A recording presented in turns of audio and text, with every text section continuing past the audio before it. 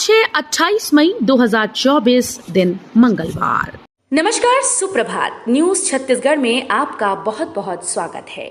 इससे पहले आप छत्तीसगढ़ के कौन से जिले से न्यूज को देख रहे हैं, कमेंट में हमें जरूर बताइए। साथ ही डेली अपडेट रहने के लिए चैनल को सब्सक्राइब जरूर करें। आचार संहिता के बाद छत्तीसगढ़ में खुलेगा सरकारी नौकरियों का रास्ता। लोकसभा चुनाव का परिणाम 4 जून को आने के बाद आचार संहिता हट जाएगी। इसके बाद प्रदेश के कई सरकारी विभागों में सरकारी नौकरियों के लिए लंबित प्रस्तावों पर प्रक्रिया आगे बढ़ेगी।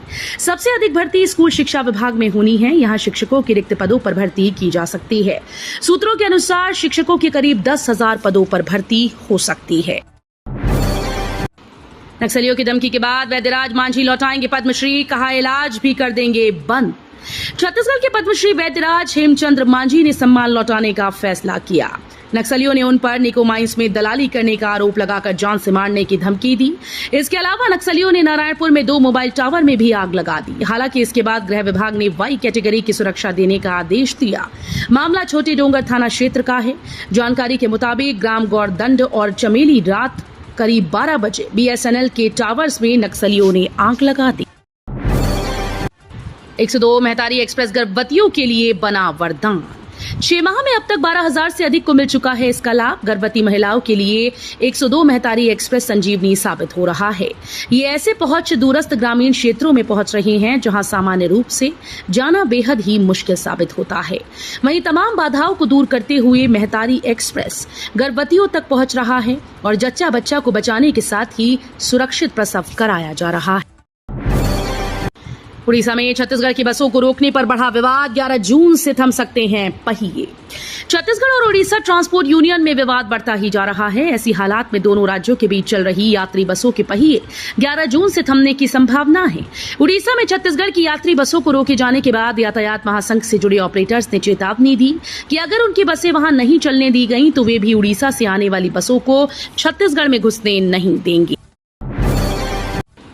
आज उगलेगा आग सूरज, 30 तक लू चलने के आसार। क्या छत्तीसगढ़ में है रेमल का असर? छत्तीसगढ़ में नौतपा का असर देखने को मिल रहा है। प्रदेश के कई जिलों में सूरज आग उगल रहा है, जहां तापमान औसतन 40 डिग्री सेल्सियस से 44 डिग्री तक पहुंच गया। इतना ही नहीं, मौसम विभाग ने आज भीषण गर्मी का अलर्ट जारी किया। इसके साथ ही 30 मई तक लू चलने के आसार हैं। मौसम विभाग ने जानकारी दी कि भीषण गर्मी के साथ ही प्रदेश के कुछ जिलों में नौतपा के बीच हल्की बारिश भी रिकॉर्ड बीते दिन की गई। सरकारी स्कूल के बच्चों को पढ़ाने का पैटर्न बदला। छत्तीसगढ़ में अब सरकारी स्कूल्स में प्राइमरी के बच्चों को शिक्षा के प्रति रुझान बढ़ाने का प्रयास किया जा रहा है। बच्चे स्कूल की ओर कैसे कदम बढ़ाएं, इसके लिए नई तरीके इजाद किए जा रहे हैं। इसी तरह से अब नई शिक्षा नीति में भी सरकारी स्कूल्स की पढ़ाई के पैटर्न में बदलाव देखने को मिल रहा है। अब छत्तीसगढ़ स्कूल शिक्षा विभाग ने नए शैक्षणिक सत्र 2024-25 के लिए प्राइमरी स्कूल्स के बच्चों के लिए नई गाइडलाइन जारी की। कोरिया में यातायात पुलिस को मिलेगी गर्मी से राहत। कोरिया पुलिस अधीक्षक सूरज सिंह परिहार ने यातायात पुलिस कर्मियों के स्वास्थ्य और सुरक्षा को ध्यान में रखते हुए विशेष प्रबंध किए। अत्यधिक गर्मी के कारण होने वाली परेशानियों से बचाव के लिए रक्षित केंद्र के कॉन्फ्रेंस हॉल में यातायात में पदस्थ पुलिस कर्मियों को एसपी ने ट्रैफिक कैप, काला चश्मा, 2 ग्लूकोज की बोतल और एक फोल्डेबल चेयर सामग्रियों का वितरण किया।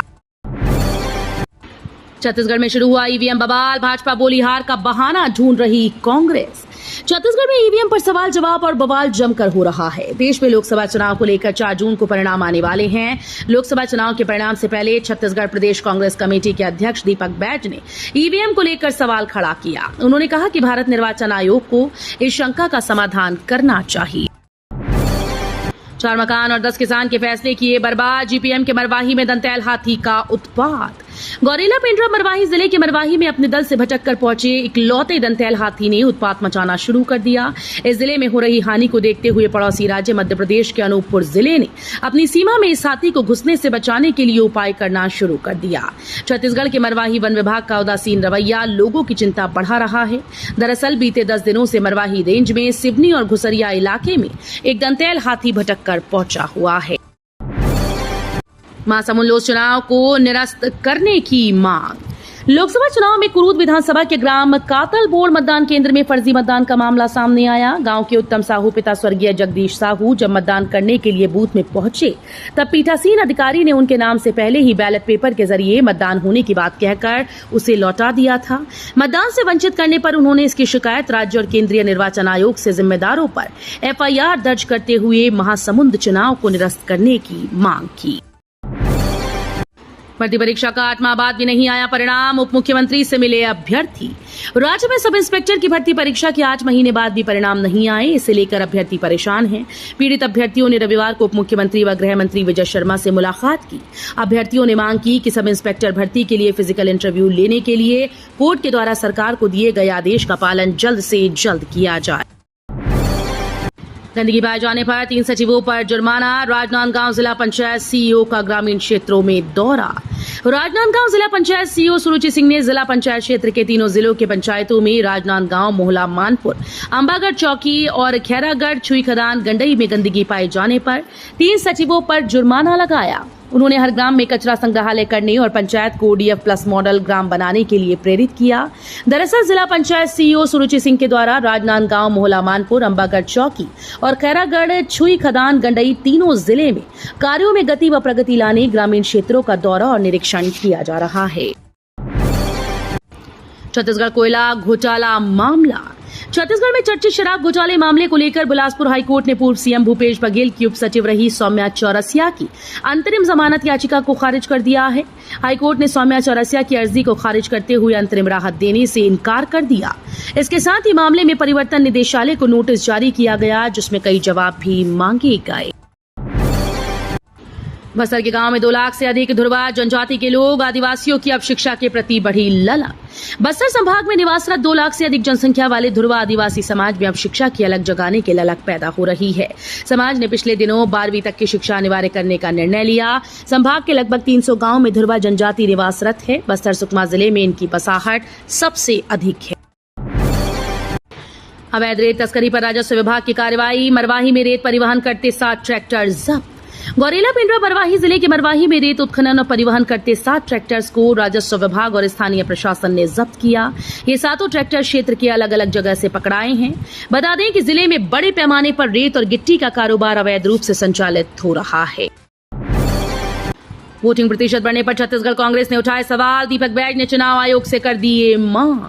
लोकसभा चुनाव 2024 के 6 चरणों के मतदान संपन्न होने के बाद अब कांग्रेस ने EVM में खराबी का मुद्दा उठाकर जहां बीजेपी पर परोक्ष रूप से हमला किया, वहीं चुनाव आयोग से इस मामले में यथाशीघ्र हस्तक्षेप की मांग की। छत्तीसगढ़ कांग्रेस के प्रदेश अध्यक्ष दीपक बैज ने सोमवार को इस संबंध में एक प्रेस कॉन्फ्रेंस की। उन्होंने कहा कि छत्तीसगढ़ विधानसभा से लेकर लोकसभा चुनाव तक EVM में खराबी देखने को मिल रही है। गोवर्धन योजना के तर्ज पर गौठानों को गौवंश अभयारण्य में बदलेगी सरकार। छत्तीसगढ़ सरकार गौवंशों को सुरक्षित रखने, उनके चारे पानी की व्यवस्था और स्वास्थ्य की देखभाल के लिए गौवंश अभयारण्य बनाने जा रही है। इसमें से अधिकांश अभयारण्य ऐसे स्थानों पर विकसित करने की प्लानिंग है जहां पहले से गौठान बने हैं। यानी सीधे शब्दों में कहा जाए तो सरकार गौठानों का विस्तार कर उसे गौवंश अभयारण्य में बदलने की तैयारी कर रही है।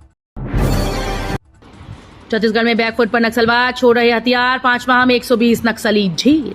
मुख्यमंत्री विष्णुदेव साय सरकार ने नक्सलवाद के खिलाफ मोर्चा खोल रखा है। 5 महीने से बस्तर में सुरक्षा बलों का हौसला लगातार बुलंद है और एक के बाद एक सुरक्षा बलों व नक्सलियों के बीच हो रही मुठभेड़ में नक्सली मुंह की खा रहे हैं।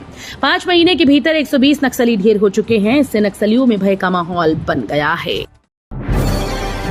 धमतरी के HDFC बैंक में 1 करोड़ 84 लाख रुपए की धोखाधड़ी करने वाला बैंक मैनेजर गिरफ्तार। HDFC बैंक के खाता धारकों के खाते में जमा 1 करोड़ 84 लाख रुपए से अधिक की राशि को पूर्व बैंक मैनेजर व उसके साथी ने धोखाधड़ी कर आहरण किया। दोनों के खिलाफ केस दर्ज होने के बाद पुलिस ने आरोपित पूर्व बैंक मैनेजर को गिरफ्तार किया। राशि के संबंध में पूछताछ कर पुलिस आगे की कार्रवाई में जुटी है। कुरूद पुलिस से मिली जानकारी के मुताबिक 8 मई 2024 को आवेदक पीयूष राठौर, शाखा प्रबंधक HDFC बैंक शाखा कुरूद ने रिपोर्ट दर्ज कराई कि HDFC बैंक कुरूद शाखा के तत्कालीन शाखा प्रबंधक श्रीकांत टेनेटी व उसके सहयोगी तेजेंद्र साहू ने मिलकर बैंक की संपत्ति का दुरुपयोग बैंक एवं बैंक के खाता धारकों के खाते से कुल 1 करोड़ 84 लाख 4,151 रुपए का धोखाधड़ी कर आहरण किया। छत्तीसगढ़ के बेटे श्रीमान झा ने रचा कीर्तिमान। छत्तीसगढ़ के बेटे और भारत के नंबर 1 पैरा एथलीट श्रीमान झा ने बड़ी उपलब्धि हासिल की। उन्होंने उज्बेकिस्तान में आयोजित Asia para arm wrestling championship में स्वर्ण पदक जीता। इस उपलब्धि से उन्होंने प्रदेश का नाम रोशन किया। बेमेतरा फैक्ट्री ब्लास्ट मामले में सीएम विष्णुदेव साय का बयान। छत्तीसगढ़ के बेमेतरा में पटाखा फैक्ट्री में हुए ब्लास्ट में अब तक 9 लोगों की मौत हो गई। इसमें सिर्फ एक व्यक्ति का ही शव बरामद हुआ, बाकी के 8 लोग लापता हैं। अब इस मामले को लेकर प्रदेश के मुख्यमंत्री विष्णुदेव साय का बयान सामने आया। साय ने कहा कि ये घटना बहुत दुखद है। घटनास्थल से एक डेड बॉडी मिली, जबकि 8 लोग अभी भी मिसिंग हैं, उनका पता लगाया जा रहा है। डीपीएम में सरपंच ने की सचिव को हटाने की मांग, मनमानी और सुस्त कार्य प्रणाली का लगाया आरोप। गौरेला पेंड्रा मरवाही जिले में पंचायत सचिव से सरपंच और ग्रामवासी परेशान हो रहे हैं। अब यहां मरवाही के एक गांव के सरपंच ने मनमानी और सुस्त कार्य प्रणाली का आरोप लगाते हुए पंचायत सचिव का किसी अन्य जगह ट्रांसफर करने की मांग की। सरपंच का कहना है कि पंचायत सचिव ग्रामीणों के हितों को प्राथमिकता देने की बजाय अपनी मनमानी करते हैं। जांजगीर चांपा में पावर प्लांट में श्रमिकों ने किया टूल डाउन, मूलभूत सुविधाओं की मांगों को लेकर प्रदर्शन। जांजगीर चांपा जिले के ग्राम पंचायत नारियारा में स्थापित KSK Mahanadi power company limited में छत्तीसगढ़ पावर मजदूर संघ यूनिट के द्वारा अपनी मूलभूत सुविधाओं को मांगों को लेकर टूल डाउन किया गया। इससे प्लांट के अंदर 100% काम पूरी तरह से प्रभावित हो गया। फिलहाल श्रमिकों और प्लांट प्रबंधक के बीच बातचीत की जा रही है। बीजापुर मुठभेड़ में डिप्टी सीएम का बड़ा खुलासा, कांग्रेस सरकार में नक्सलियों के खिलाफ दर्ज था केस। उप मुख्यमंत्री विजय शर्मा ने कहा कि बस्तर नक्सल उन्मूलन की दिशा में बहुत आगे बढ़ चुका है। बस्तर से लगातार फीडबैक आ रही हैं। लोग चाहते हैं कि उन्हें नक्सलवाद पूरा समाप्त चाहिए। लोग बिना डर और भय के शांति से रहना चाहते हैं। इस पर सभी को राजनीतिक मतभेदों के बावजूद पूर्ण सहयोग करना चाहिए।